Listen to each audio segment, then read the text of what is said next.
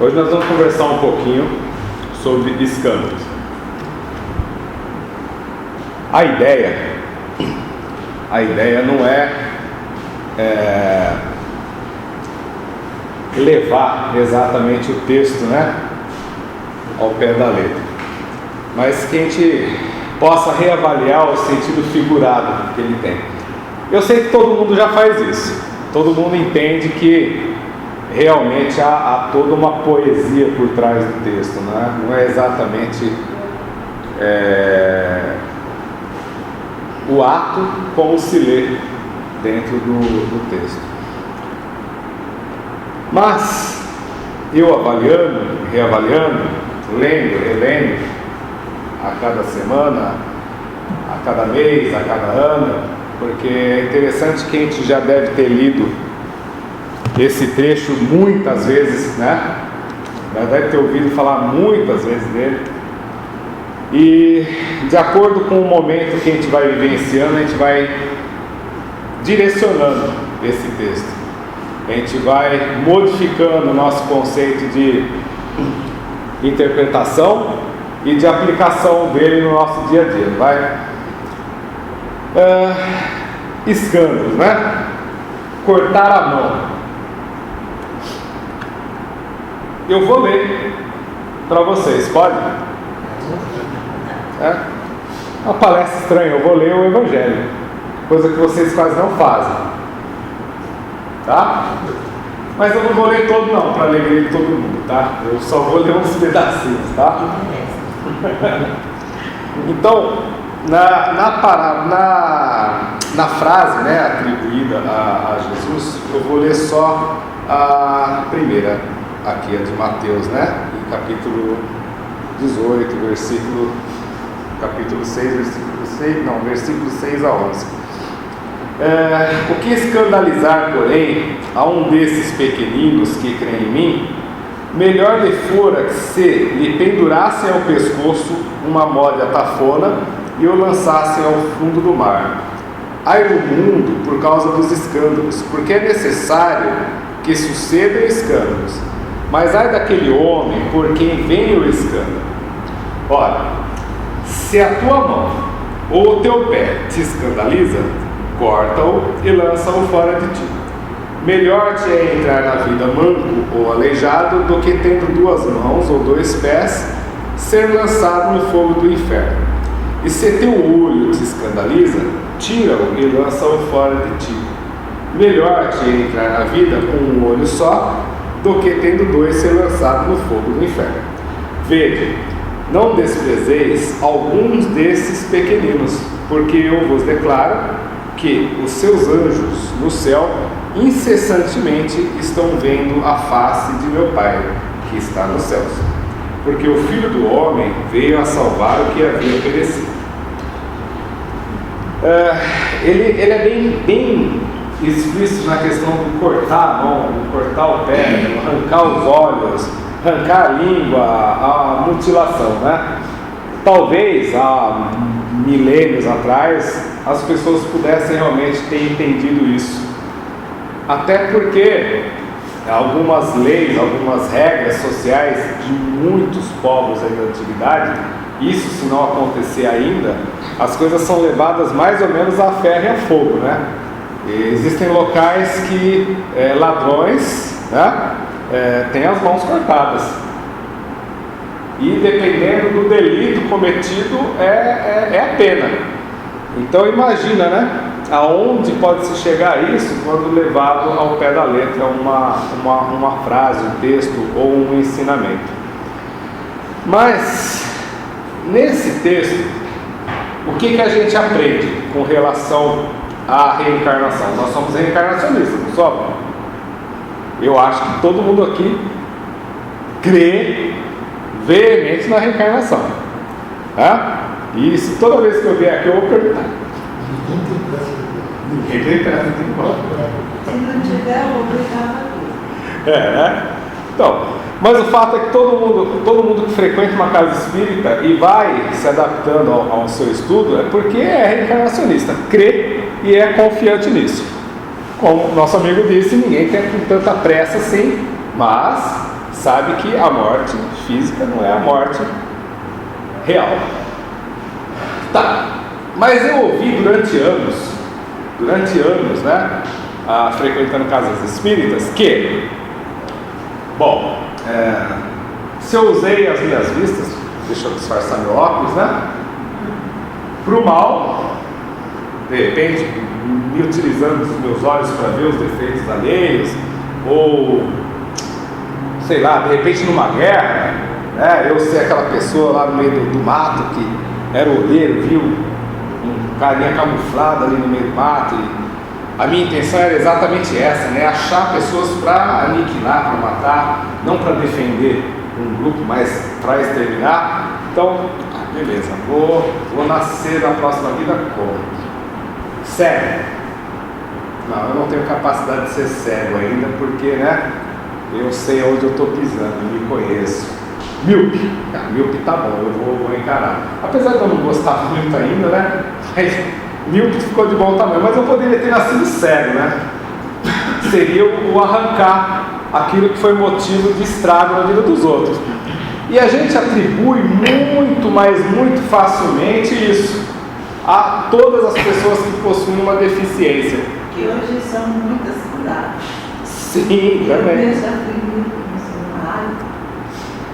Pois é. Usava óculos mágicos, catarata, então... Entre outras, né, que a ciência está desenvolvendo tecnologias para que possa se repor. Exato.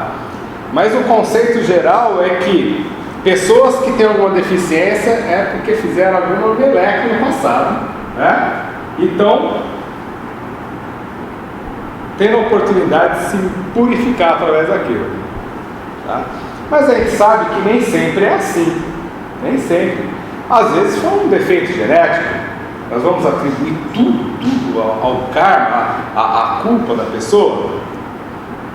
Não, de repente essa pessoa, sem saber da vida dela, sofreu a tentativa de um aborto. Mas o Espiritismo fala que se ele sofreu a tentativa de aborto e ficou aleijado, é porque ele merecia. Tá. Sem generalizar a coisa, o que eu vejo hoje e imagino que a gente deve direcionar o Evangelho?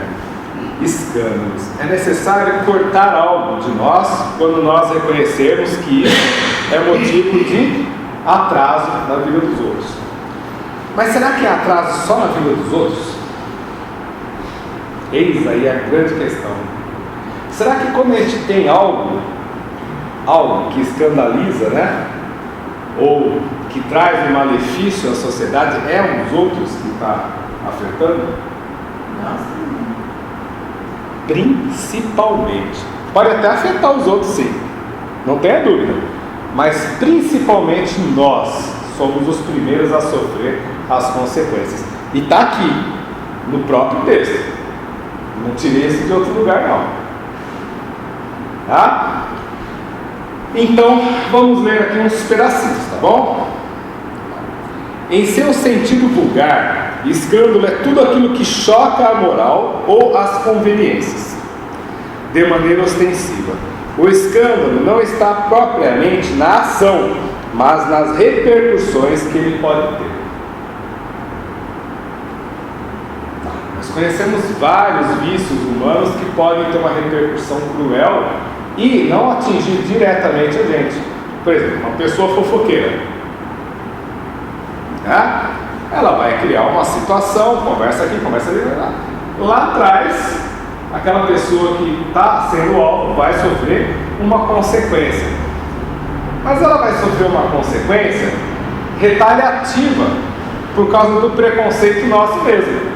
Bom, se fulano falou é porque talvez ele tenha razão. Então, todo mundo vai criar uma defensiva, né, sobre o que está sendo falado, e aquela pessoa é que mais vai sofrer, sem saber do que, sem saber o porquê. Mas, será que essa pessoa que é fofoqueira, que é maledicente, ela vai sofrer só na próxima encarnação?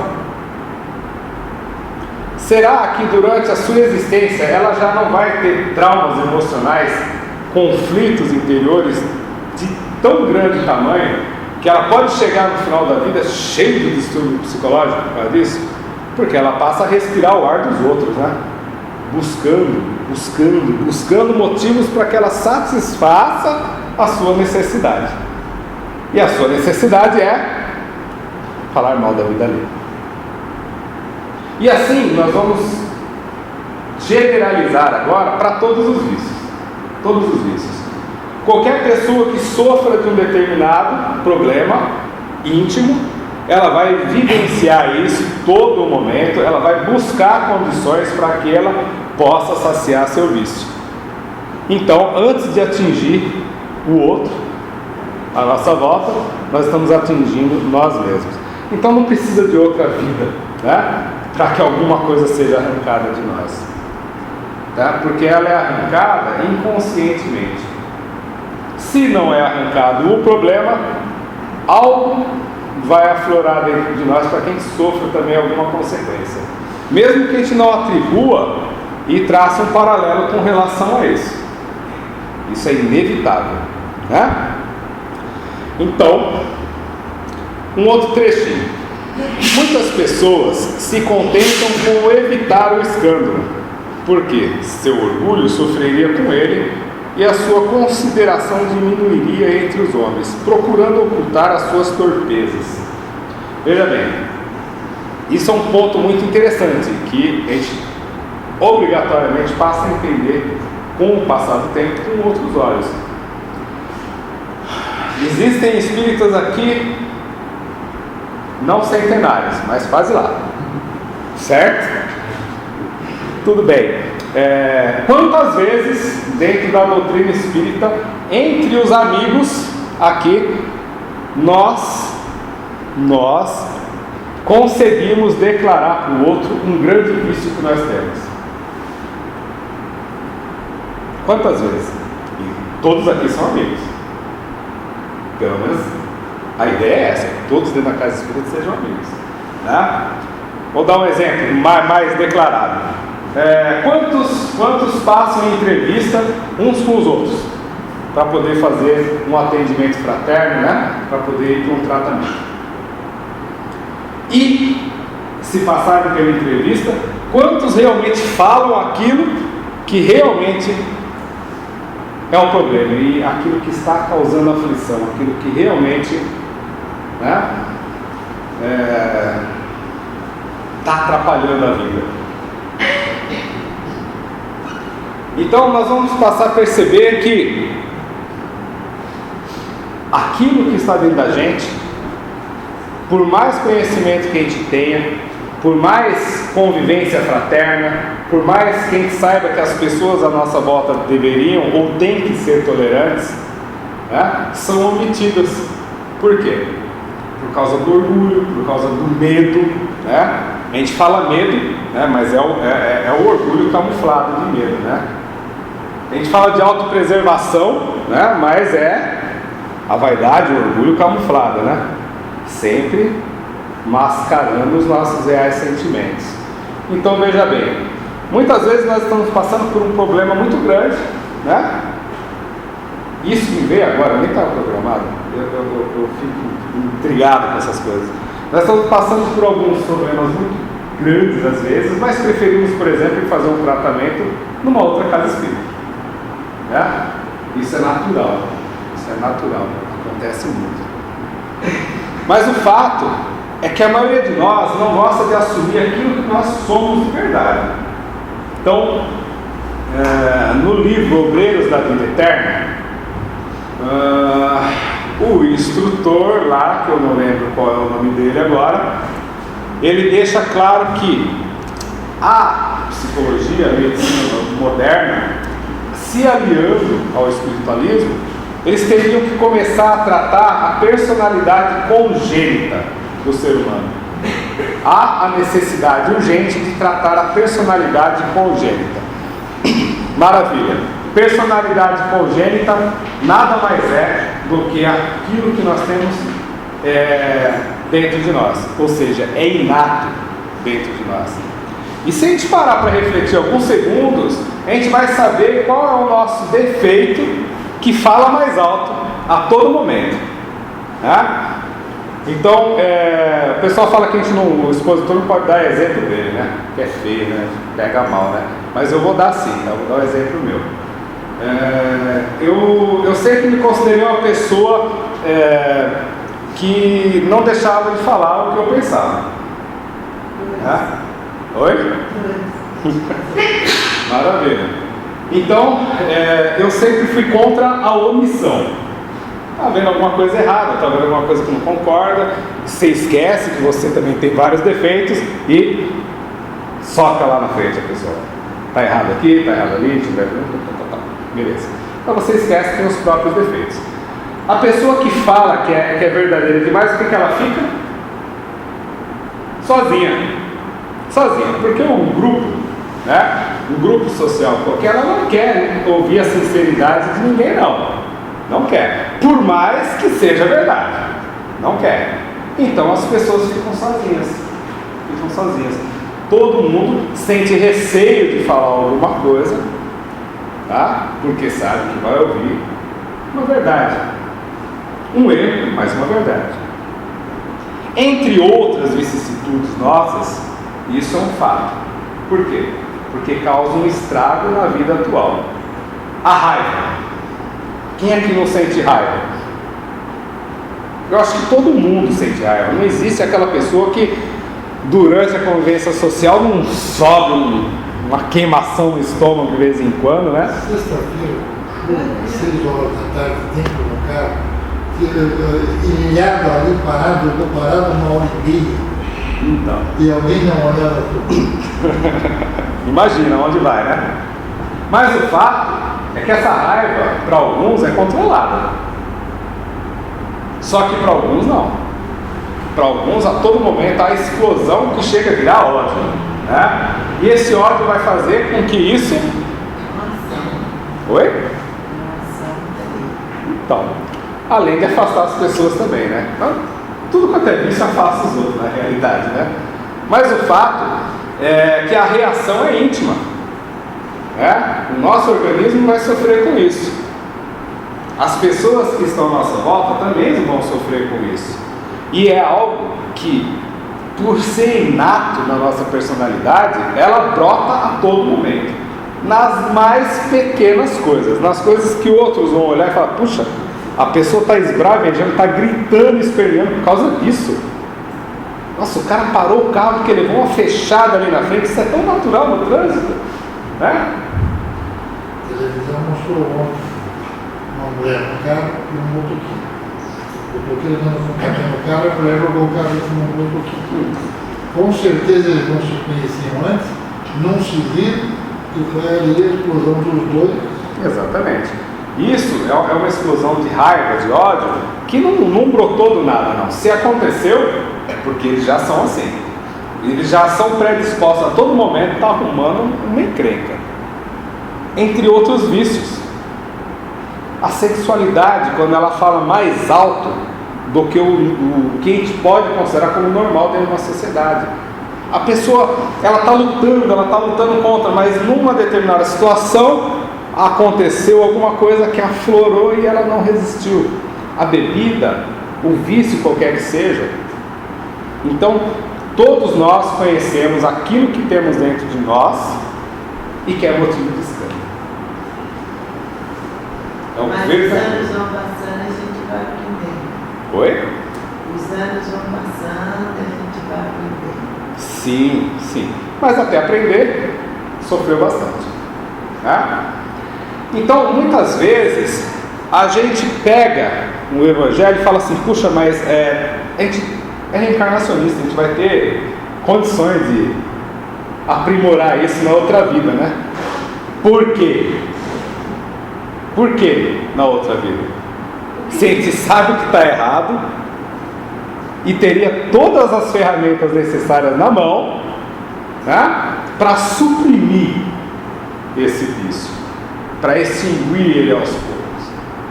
Então, muitas vezes é cômodo a gente ser reencarnacionista, né? Ele fala, puxa vida, eu não consigo falar com a minha mãe, eu briguei com meu pai, eu não quero mais saber do meu irmão. Na próxima vida a gente resolve. Não é assim? Sogra, sogro, cunhado, então nem se fala, né? Pois é.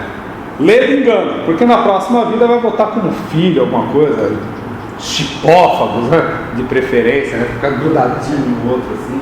Aí vai aprender a conviver de verdade, né? Mas poderia ter sido evitado isso, exercendo perdão, exercendo a tolerância, falando, não sendo omisso como eu era antes, mas falando, né, pontos que a gente pode de repente melhorar juntos, né? Não apontar o dedo do outro e falar você está errado, mas a gente pode melhorar junto no nosso relacionamento aqui, para evitar algo pior lá na frente, né? E acontece muito mais do que a gente acredita de verdade. Aqui, é necessário que venha o escândalo para que os homens em expiação na terra se punam a si mesmos, pelo contato de seus próprios vícios, dos quais são as primeiras vítimas e cujos inconvenientes acabam por compreender. Eu estou falando sobre o texto lido aqui. Eu não estou trazendo nada de fora. Eu não estou trazendo psicologia barata, não. Eu estou trazendo o Evangelho, segundo o Espiritismo que a gente conhece. Ah? Então talvez a gente precise ler de verdade as coisas, reler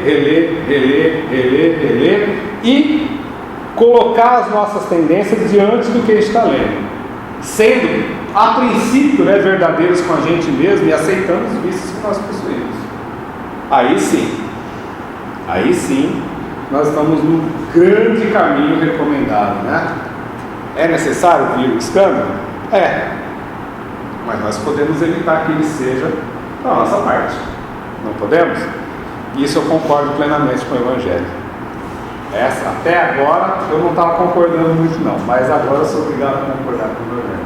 A gente pode de fato evitar isso, pode, mas aí tem uma outra pergunta por trás. A gente quer? É gostoso abaixar a cabeça quando ele está julgando que está sendo humilhado por alguém?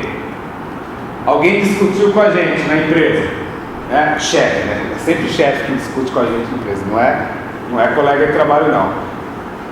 A gente faz o quê? Baixa a cabeça e fica quietinho? Se você precisa do emprego, você faz isso. Só se precisar do emprego. Agora, se for orgulhoso pra caramba e falar não, eu saio daqui ao outro emprego, o que você vai fazer? Vai brigar com o chefe. Toma, né, um pé no traseiro, no sentido popular, e depois na outra empresa vai acontecer a mesma coisa. Na outra empresa vai acontecer a mesma coisa e ninguém tolera a pessoa, todo mundo é intolerante, né? Quando na realidade ela mesma poderia ter feito algo em sua vida para que isso não acontecesse. Ai, se eu conhecesse o Espiritismo uns 20 anos atrás, não tinha perdido tanto emprego. Mas o fato é que nós não aceitamos a nossa personalidade e nós julgamos que são coisas boas. Olha que interessante. Virtude todo mundo tem aqui, não tem? Tem, né? Acho que tem. Não é possível que alguém aqui não tenha uma virtude, né? Mas vocês pararam para pensar se essa virtude em algum momento não está atrapalhando? Ou incomodando, quando os outros fazem, a pessoa confunde o bonzinho com o burro. Ou confunde a virtude com o defeito, né? Então eu vou voltar à questão que eu não era omisso. Eu julgava aquilo como uma virtude, né? Era uma virtude, não sou omisso, eu falo a verdade, eu aceito o que me falam. Uma virtude mascarada, porque na realidade é um grande defeito. E quantos de nós possuímos uma virtude, né? E achamos que isso realmente é bom e não percebemos o quanto está nos fazendo mal. Algumas pessoas gostam de assumir os compromissos dos outros. A pessoa falha, ela vai e cobre. A pessoa falha, ela vai e cobre. É uma virtude, né? Bonito, né, de se ver, mas daqui a pouco ela está desgastada, né? Está entupida de falhas dos outros. Mas ela foi assumindo, ela está se desgastando, está morrendo por causa da virtude e não larga a mão. Por quê? Porque não aprendeu que é um verdadeiro erro ainda da sua personalidade, que ela não é a salvadora do mundo. Às vezes nós devemos compreender que quanto à proposta do Evangelho de lançar mão de algo que realmente nos causa algum mal, não seja necessariamente eliminar muitos vícios de uma vez. Às vezes a gente entra numa paranoia tão grande, né, que a gente quer de todas as maneiras, né, abrir mão de todos os defeitos. Como? Como? Mas mesmo sabendo que numa vida não dá para fazer isso, começa a criar um outro sentimento por trás. Frustração. Puxa vida, eu sou um incompetente, eu não consigo me melhorar num monte de coisas, né? Mas aquilo que realmente tinha que melhorar nessa vida, porque eu não acredito que eu tenha vindo nessa encarnação com uma lista quilométrica de coisas para me melhorar. Alguma coisa que efetivamente fez com que eu arruinasse todas as outras encarnações, eu tenho que dar prioridade, para que isso não continue arruinando as próximas, mesmo que seja em menor escala. Mas não podemos nos permitir isso. Então cabe a nós todos olhar com muita franqueza, né? É aquela questão lá do Sócrates, né? O pessoal fala Jesus. Toda vez que eu falo Jesus para alguém que não é espírita, eu tomo uma bronca. Então eu aprendi a falar Sócrates. Conhece a ti mesmo.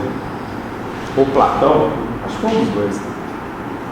Conhece a ti mesmo. Nós não temos coragem de conhecer realmente quem nós somos, de assumir quem nós somos. Alguém aqui já experimentou fazer uma terapia familiar de 5 minutos e começar naquele momento, entre 3, 4, 5 pessoas, falar o que realmente incomoda na convivência familiar? De verdade, mas não briga, pelo amor, não é briga, não é para sentar e brigar, não é para ver discussão, é para cada um verbalizar aquilo que incomoda, para ver se há um consenso geral e as coisas melhorem, né? Onde um grupo possa entrar num acordo tácito, a princípio, e trabalhar junto para que isso não aconteça mais. Você já deu fazer isso? É básico. 90% da vida. Então, total controle. Não briguem. Se estiverem dispostos a falar o que incomoda, estejam dispostos a ouvir o que incomoda os outros também. Falar é fácil. O que os outros intervêm, você fica mais fácil. Exatamente. Então, talvez pequenas conversas, né, sejam suficientes para que a gente possa aceitar como nós somos de verdade e aplicar o Evangelho. O que nós temos que eliminar de nossas vidas, né? Poxa, mas eu já eliminei tanta coisa. Pode até ter eliminado tanta coisa, mas eliminou 100%? Talvez não. Então, hoje a gente vive numa situação que a gente tenta pegar muitos vícios e eliminar um pouquinho de cada um, né? Em vez de trabalhar efetivamente em algo que a gente sabe que está incomodando a nós e aos outros. Por que a gente não pode fazer uma relaçãozinha, ver o que é o top de linha, né? E vamos trabalhar nele? Exemplo. Eu só dou exemplo meu, daqui a pouco vocês vão me expulsar daqui. Quando eu comecei na casa espírita, uma vez me falaram assim, olha, você pode nos ajudar no passe? Eu falei, não, porque eu aprendi aqui na Casa Espírita que eu só posso dar passe quando eu já tiver em tal curso e já tiver feito um curso passista. Mesmo que eu não saiba nada sobre fluido, mas se eu fizer um curso passista, eu já posso aplicar passe. Tá bom? Tá bom. Então eu não vou dar passe. Tá. Você poderia fazer tal coisa? Não, não poderia, porque eu também tenho um cursinho ali na frente para fazer e tal. Você poderia distribuir panfleto na porta, então? Distribuir panfleto na porta dá, né?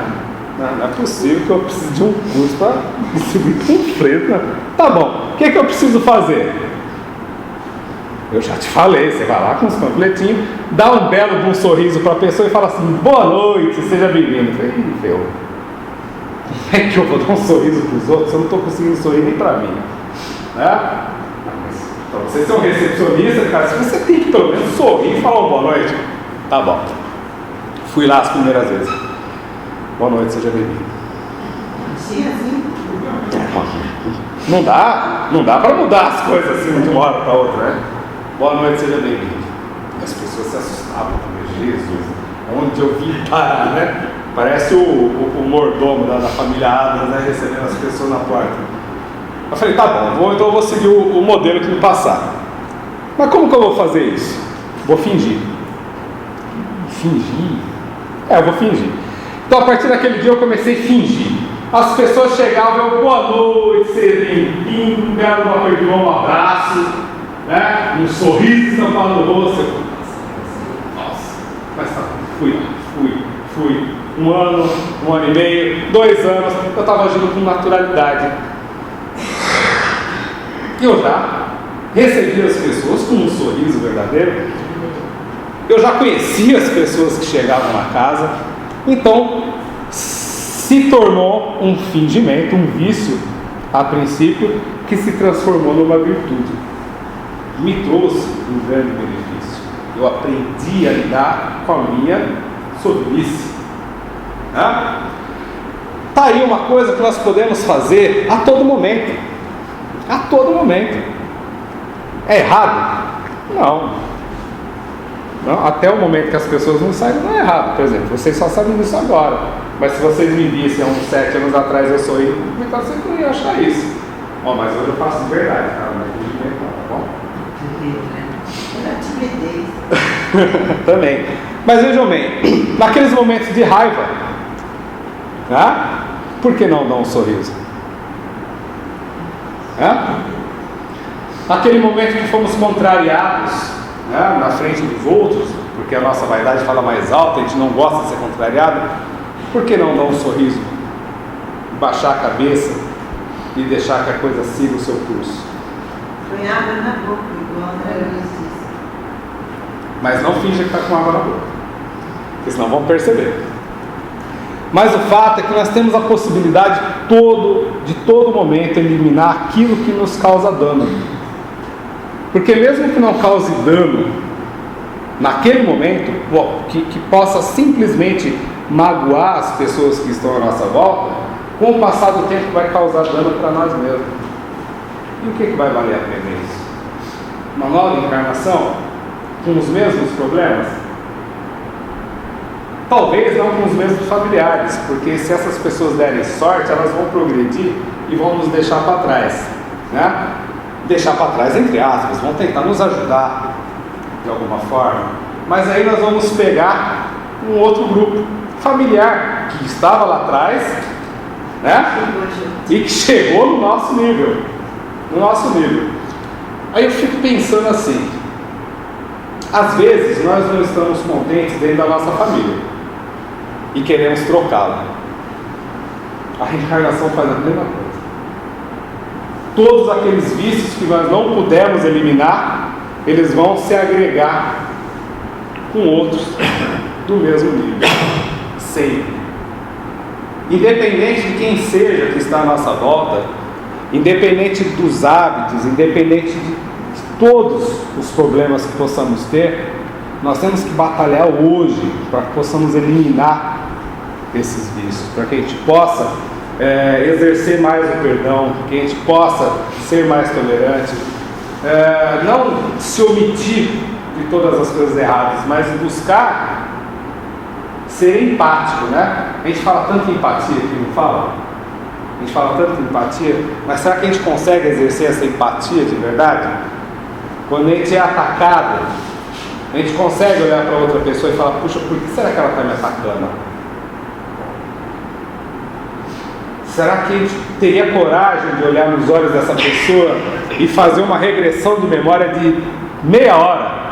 E de repente a gente percebeu o que não houve ali atrás e fala, puxa, eu pisei na bola e eu estou sofrendo uma retaliação agora. Então essa é a verdadeira busca, né, que o livro Obreiros da Vida Eterna também traz.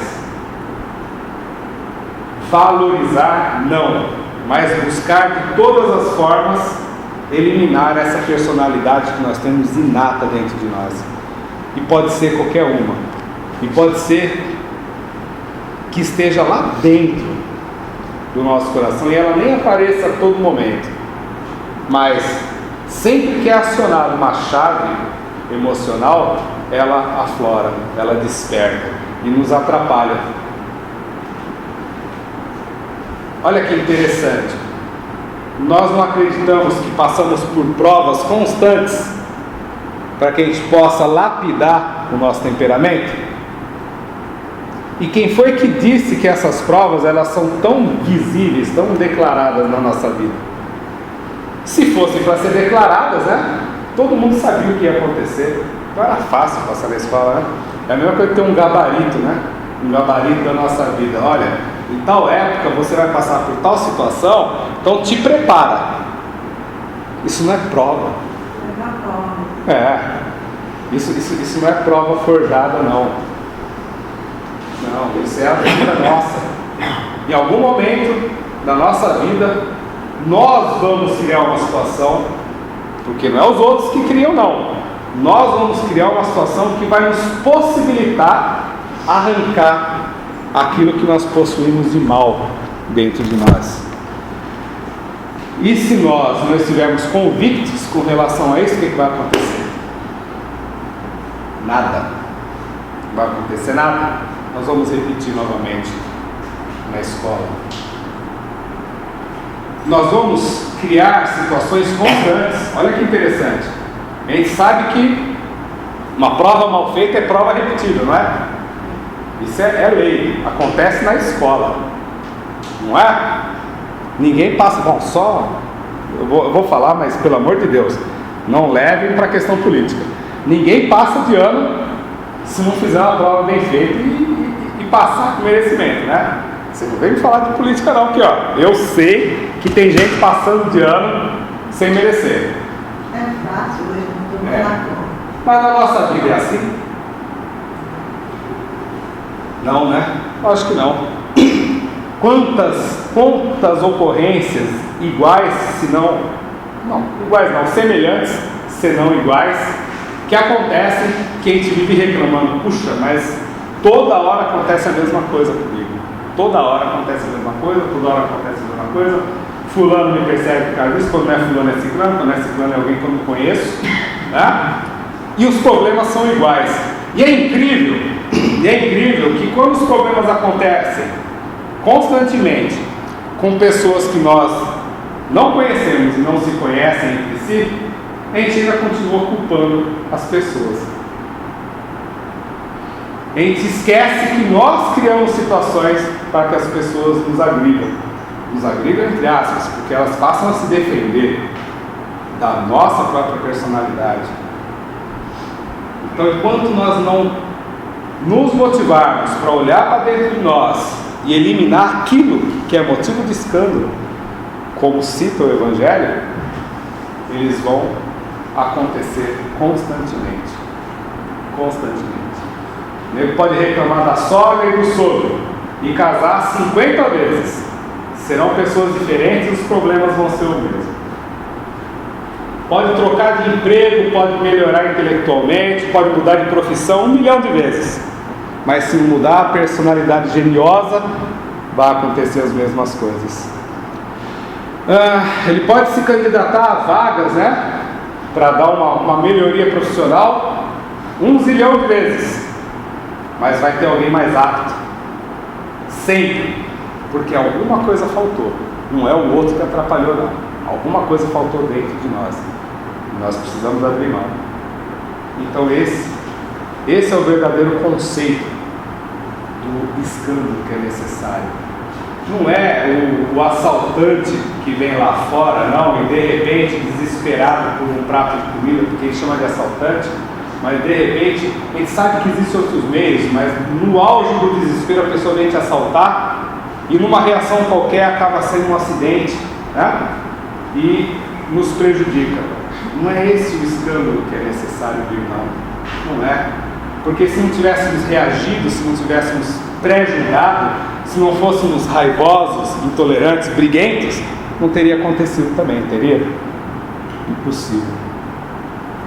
Então, muitas coisas que acontecem na nossa vida não é exatamente o escândalo que a gente imagina que vem de fora para dentro, não.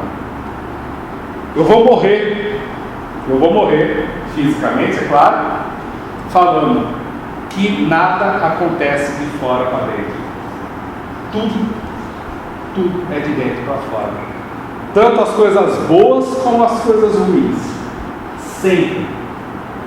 Se nós criarmos condições para isso, elas vão acontecer.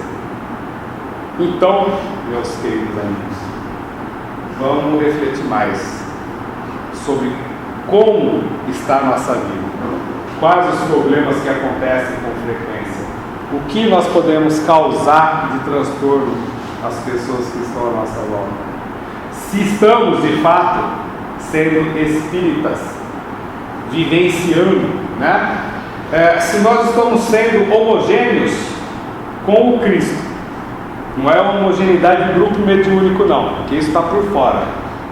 Homogeneidade de grupo mediúnico, as pessoas confundem muito com a união de 1h30, 2 horas numa mesa.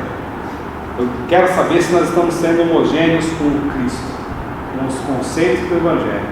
Se nós estamos saindo daqui e estamos vibrando na mesma causa, exercendo a tolerância, a caridade nas nossas possibilidades, sem exagero.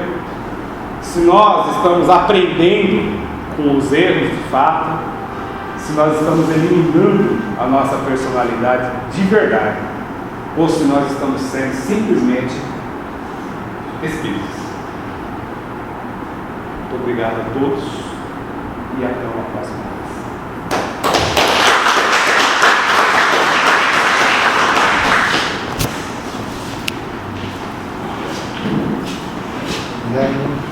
Vamos cada um de nós nos escandalizando com a gente, viu?